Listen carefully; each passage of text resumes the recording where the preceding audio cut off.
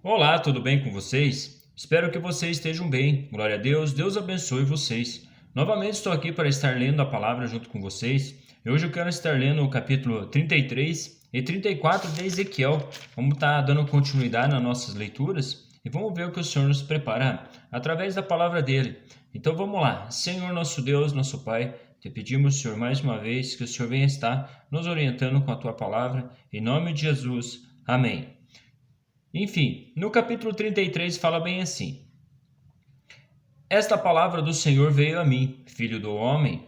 Fale com os seus compatriotas e diga-lhes: Quando eu trouxer a espada contra uma terra, e o povo dessa terra escolher um homem para ser sentinela, e ele vir a espada vindo contra a terra, e tocar a trombeta para advertir o povo, então, se alguém ouvir a trombeta, mas não der atenção à advertência, e a espada vier e tirar a sua vida, este será responsável por sua própria morte.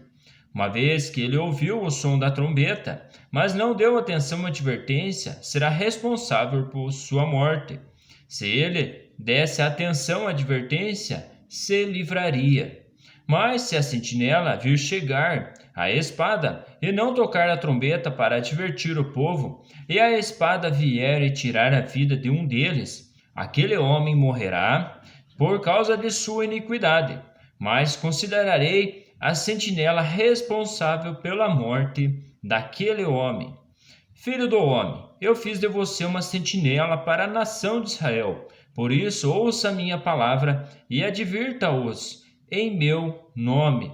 Quando eu disser ao ímpio que é certo que ele morrerá, e você não falar para dissuadi-lo de seus caminhos, aquele ímpio morrerá por sua iniquidade. Mas eu considerarei você responsável pela morte dele. Entretanto, se você de fato advertir o ímpio para que se desvie dos seus caminhos, e ele não se desviar, ele morrerá por sua iniquidade, e você estará livre de sua responsabilidade. Enfim, eu volto a falar, vale a pena a gente comentar também a respeito da advertência. Às vezes as pessoas às vezes até acham que a gente é chato, tá falando de Cristo, tá falando de Deus. Às vezes a gente vê pessoas assim trilhando um caminho errado que leva à morte. Mas como a palavra fala aqui com o Ezequiel também, assim essa palavra fala conosco, porque se a gente não advertir as pessoas da idolatria, que tem que nascer de novo, e essa pessoa acabar morrendo, e no fim chegar lá no juízo final, o Senhor vai cobrar da gente essa pessoa. Como ele fala aqui, eu vou estar falando, você teve a oportunidade de falar de mim e não falou? Enfim, mas para a gente, digamos, ficar em paz com Deus e com nós mesmos, digamos assim, é bom a gente estar orientando também. Se tem uma oportunidade de falar de Jesus, falar do amor de Deus, a gente tem que estar aí com os braços abertos para estar compartilhando também, porque senão o Senhor também vai nos cobrar essa questão também. Mas enfim, filho do homem, diga à nação de Israel: é isto que vocês estão dizendo? Nossas ofensas e pecados são um peso sobre nós. Estamos desfalecendo por causa deles. Como, entanto, poderemos viver? Diga-lhes: juro pela minha vida, palavra do soberano Senhor, que não tenho prazer na morte dos ímpios. Antes tenho prazer em que eles se desviem dos seus caminhos e vivam. Voltem-se dos seus maus caminhos, porque o seu povo haveria de morrer, ó nação de Israel. Enfim, como o Senhor fala ali, ele não tem prazer na morte do ímpio.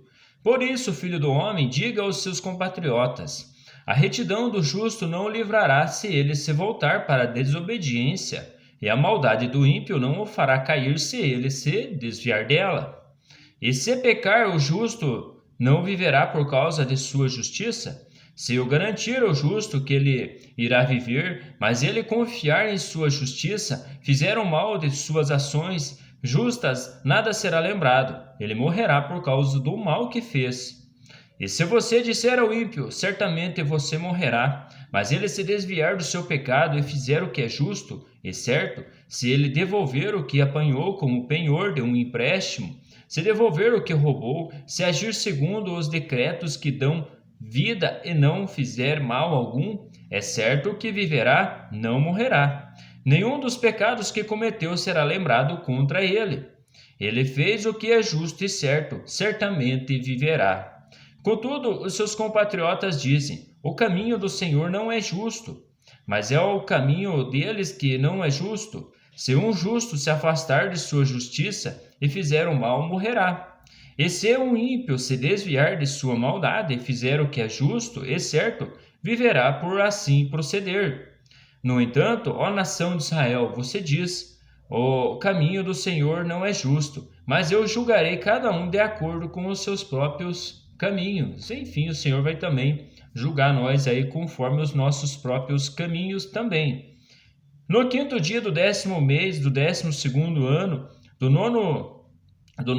do nosso exílio, um homem que havia escapado de Jerusalém veio a mim e disse: a cidade caiu.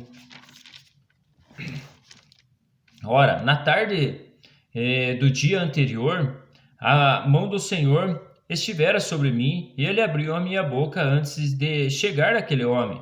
Assim foi aberta a minha boca, e eu não me calei mais.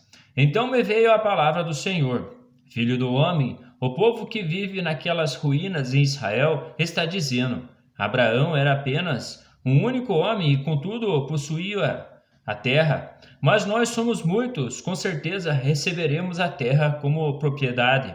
Então diga a eles: assim diz o soberano, o Senhor, uma vez que vocês comem carne com sangue, voltam-se para seus ídolos e derramam sangue como deveria possuir a terra? Vocês confiam na espada, fazem coisas repugnantes e cada um de vocês contamina a mulher do seu próximo. Deveria possuir a terra?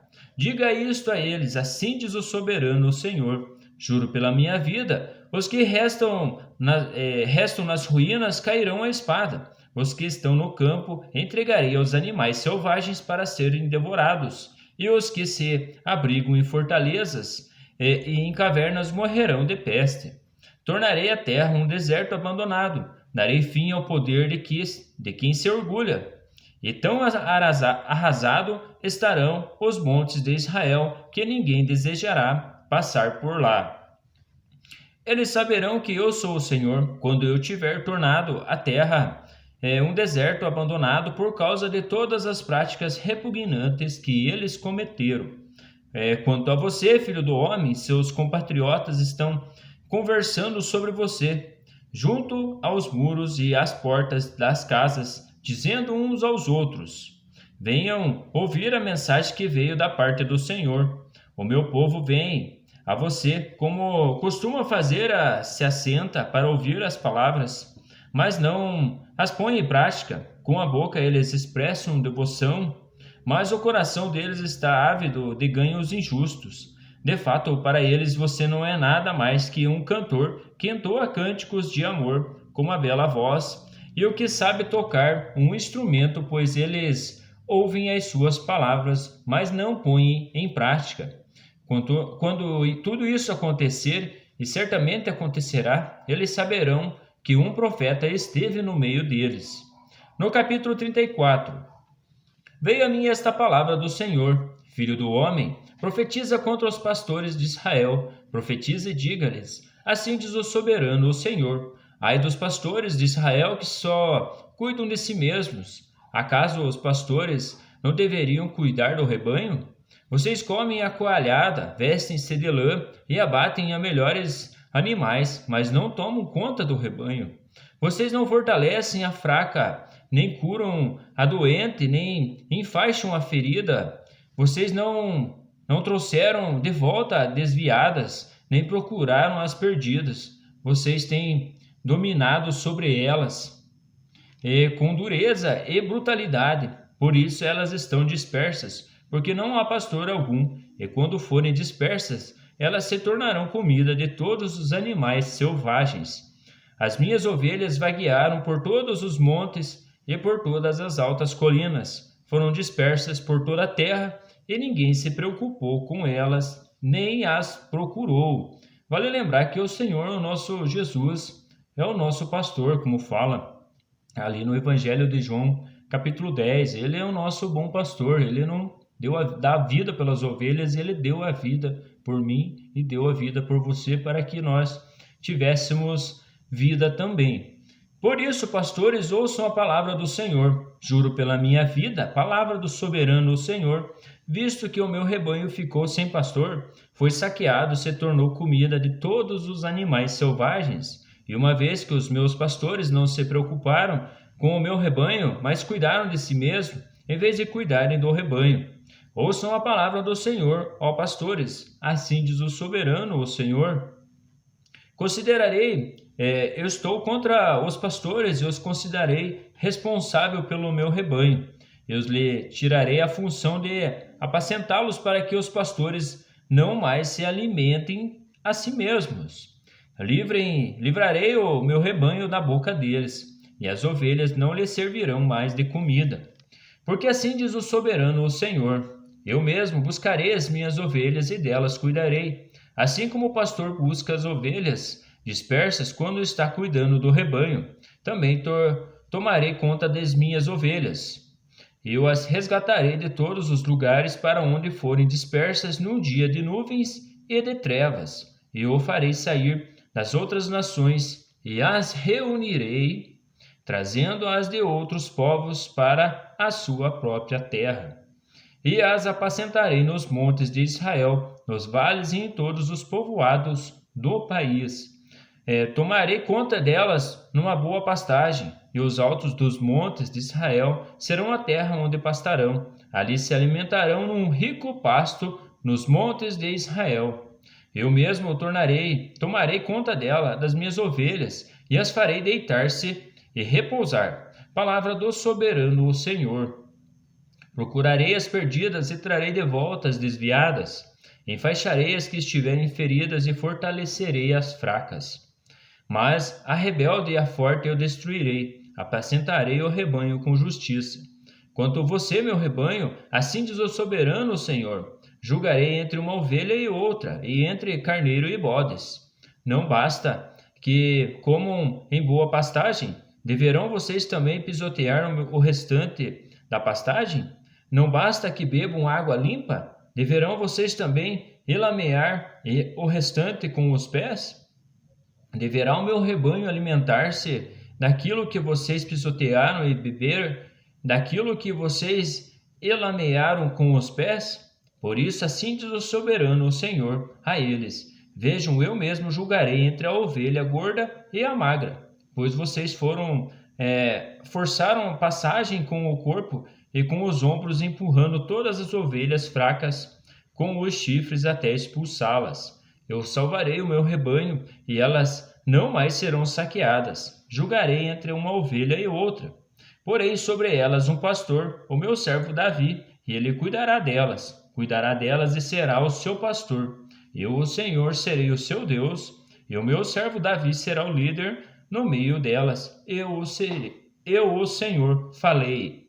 Enfim, vale lembrar que aqui ele fala de Davi, mas se a gente analisar bem, Davi também foi um grande guerreiro aí que o Senhor tinha, né, nas mãos dele, mas hoje o nosso pastor é Cristo Jesus. Ele usa aqui como figura Davi, mas sabemos muito bem que Cristo é o único que vai dar conta de mim e de você. Farei uma aliança de paz com elas e deixarei a terra livre de animais selvagens para que as minhas ovelhas possam viver com segurança no deserto e dormir nas florestas. Eu as abençoarei e abençoarei os lugares em torno da minha colina. Na estação própria farei descer chuva, haverá chuvas de bênçãos. As árvores do campo produzirão o seu fruto. A terra produzirá a sua safra e as ovelhas estarão seguras na terra. Elas saberão que eu sou o Senhor, quando eu quebrar as cangas de seu jugo e as livrar das mãos daqueles que as escravizavam. Não serão mais saqueadas pelas nações, nem os animais selvagens as devorarão. Viverão em segurança e ninguém lhes causará medo. Eu lhe darei uma terra famosa por suas colheitas, e elas não serão mais vítimas de fome. Na terra nem carregarão a zombaria das nações.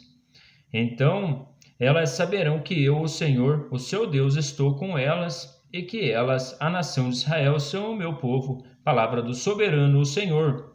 Vocês, minhas ovelhas, ovelhas da minha pastagem, são o meu povo, e eu sou o seu Deus. Palavra do Senhor, o nosso soberano. Enfim, terminamos aqui mais uma meditação com esse trecho final aí, que o Senhor é o nosso soberano. Um grande abraço para vocês, fiquem com Deus e até mais.